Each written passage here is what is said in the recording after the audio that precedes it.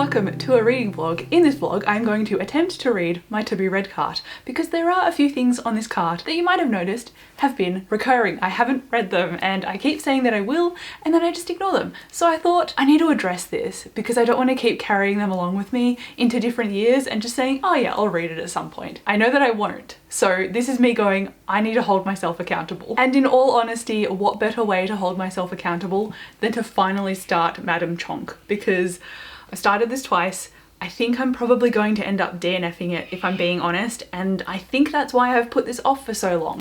But if I just try and read some of it, then at least I will know for sure and I don't have to keep putting off the decision. I also plan to attack a couple of books after this, so it is not the only book in this reading vlog, but this one is my priority for now, so I'll report back when I have read more pages. I have been reading this book. I am now almost 60 pages and it's just so complicated. Look at this, okay? Page 8. Page 8 is not a spoiler, alright? Alright. Let me read this to you. The first paragraph. She was named Glorian to strengthen her dynasty in Ascalon, crown of the West, that had once been the eke name of the city until the century of discontent when Innis suffered What is happening? I have read past the prologue, okay? I've read past the prologue and I've gotten actually into the story. There's too much happening, there's too much description, and I'm like, do I even like fantasy? Do I like fantasy? This book has tested my limits, I think, and I knew ultimately that I was going to put it down. And I think 58 pages is my limit. So yes, I am DNFing this, I'm giving up on it. But I should explain that I'm not giving up on it because it is a complex fantasy. I love complex fantasy. This one is so different to what I usually read because I think it's the description and the tone. This is building up a lot of that very solid crisscross world building to make that really rich foundation. But I like that kind of world building and lore to roll out through the character's eyes rather than as like a precursor before you get introduced to the proper actual characters who then go on their journeys. And so I don't really love the way that this is begun, but I also don't actively dislike it either. I think this is a really great book if you are into the way that it's written, but personally I'm not. And I was worried that that might be the case because with Priory of the Orange Tree, the other book that she wrote in this kind of series, because this is the prequel to that book, Priory I gave like a 3 stars and I had to switch from the physical book to the audio in order to actually get through it, which is never a good sign to get through a book instead of enjoy a book. And I thought, oh, I'm feeling a little bit the same about this way more early on than I felt about Priory. So it was giving me a vibe of, I don't think she's gonna like it. And true to form, I have put it down now. But it also brings me great relief to have this not looming over me on my to be read cart anymore. But speaking of the cart, I now need to pick the next thing that I need to decide whether I like it or not. I really want to choose Foundry Side because I keep putting this off. And I feel like it could be one of my choices in this vlog, but not yet. I feel like I need to earn this. I haven't quite earned it yet because I know that I like Robert Jackson Bennett. I've given his other book, City of Stairs, a 5 stars. I feel like this is going to be quite an enjoyable one for me as well.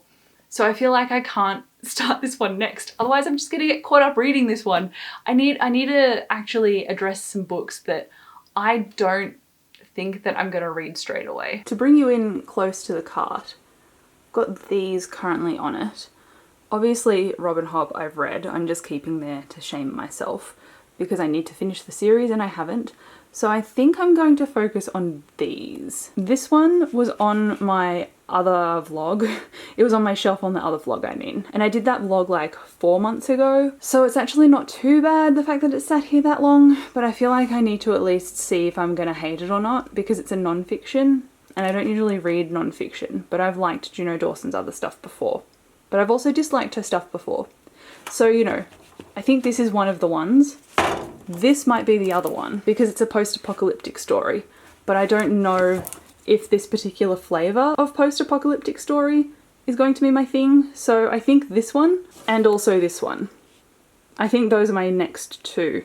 I don't know if I'm only going to do 3 books for this vlog or if I'm going to do multiple, but these are my next challenges. Do you want to know something really surprising? I thought I would put this book down as soon as I started it, but I've actually read 40 pages and I'm liking it, and it's about this guy named Snowman who seems pretty delusional and crazy, but probably for good reasons that we haven't found out yet. At the beginning, he's sleeping in a tree wrapped in a sheet, and it seems like he's survived this apocalypse and now he lives somewhere that is quote unquote potentially safe. And he talks to these kids who are part of this community that is yet to be properly revealed, because he seems like an outcast or a mystery or a story. He makes different things up every time the kids see him, and so they're quite enamored by him and they like to bring him things they find on the beach, hoping that he'll tell them a story about the computer mouse that one of them have found, because they don't know what it is. And we're experiencing his memories as well, because there's a flashback to when he's a little kid and his father and his mother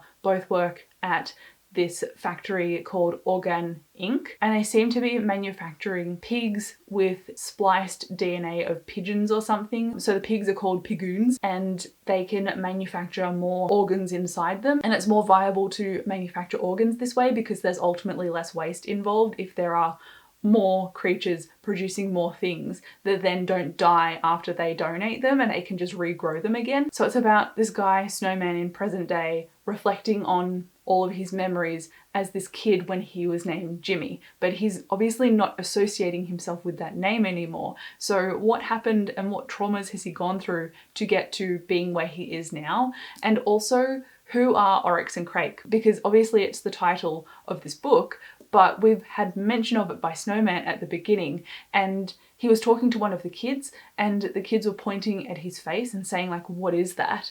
And he's like, oh, it's feathers, like obviously telling a story to a kid. We know it's obviously a beard, but in his mind he was saying that Oryx made sure that there were no beards anymore on the men that were engineered, and Snowman came before that happened. So I'm like, what has happened? Like, what has been genetically modified and engineered? What is this apocalypse that's going on? The writing style is really working for me and the pacing is very tight as well. I'm really looking forward to reading more of this, which is a huge surprise for me. I did not think that I would end up enjoying it. You know how I said I was enjoying this book? I now feel crazy because I've read 180 pages and I'm bored. The beginning really hooked me. I'm really keen on finding out the mystery, but it feels like the pace has slowed right down to a snail crawl. And while I'm interested in finding out all the stuff that's gone on before, it feels like it's going on different tangents, and I know they're going to be relevant later because they're building up Oryx and, that's on the front cover. So it's obviously relevant, but it feels so tangential and I just don't care enough about it. I don't know if it's just my mood today because I just feel really restless but complacent and it feels like I can't latch onto anything. I just feel really oddly bored but know that I've got a lot to do. So maybe I'm attributing it to my mood, but also I think the book is partly influencing my mood. So I don't know if it's the book's fault. Am I still interested? I'm really not sure. As a result, I think I'm going to put this down. If I don't pick it up within the next few days, I will let you know in this vlog because I don't know if I'm going to permanently DNF it or just temporarily and wait for my mood to shift. But in the meantime, I feel like maybe because my mood is all over the place, I need to change my focus. So maybe I should try the first bit of this and see if I actually like it too. But then again, if this is a whole rumination on the gender binary, which because Juno Dawson is a trans woman and she's talking about it's a boy, it's a girl, and all the ways that the gender binary is applied to life and how it influences us, at least from what the beginning of the synopsis of this memoir is showing me, do I have the brain space for that? I don't think I do. Am I going to try reading it anyway? Yes. Is this probably going to be a failure? Maybe. God, I think I'm getting into a reading slump, and I think I'm also panicking at the small amount of books on my to be read pile because I don't feel like I'm in the mood to read any of them, even though I know I'm going to hopefully like most of them. I don't feel like reading any of them, and I think that's throwing me off a little bit.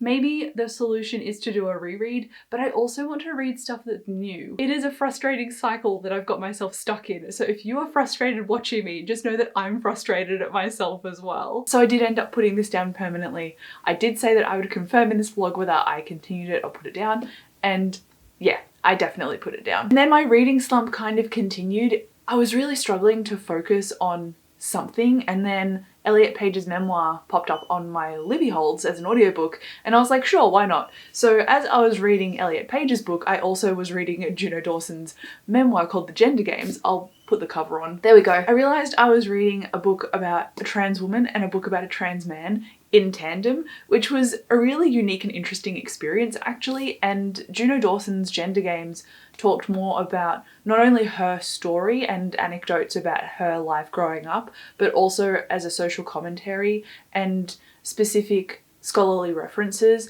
going through the book with definitions as well. So this was not only a story but also a learning experience, whereas Elliot Page's memoir was more about his life and the different assaults he'd experienced, the dysphoria he experienced in acting as much as he loved it.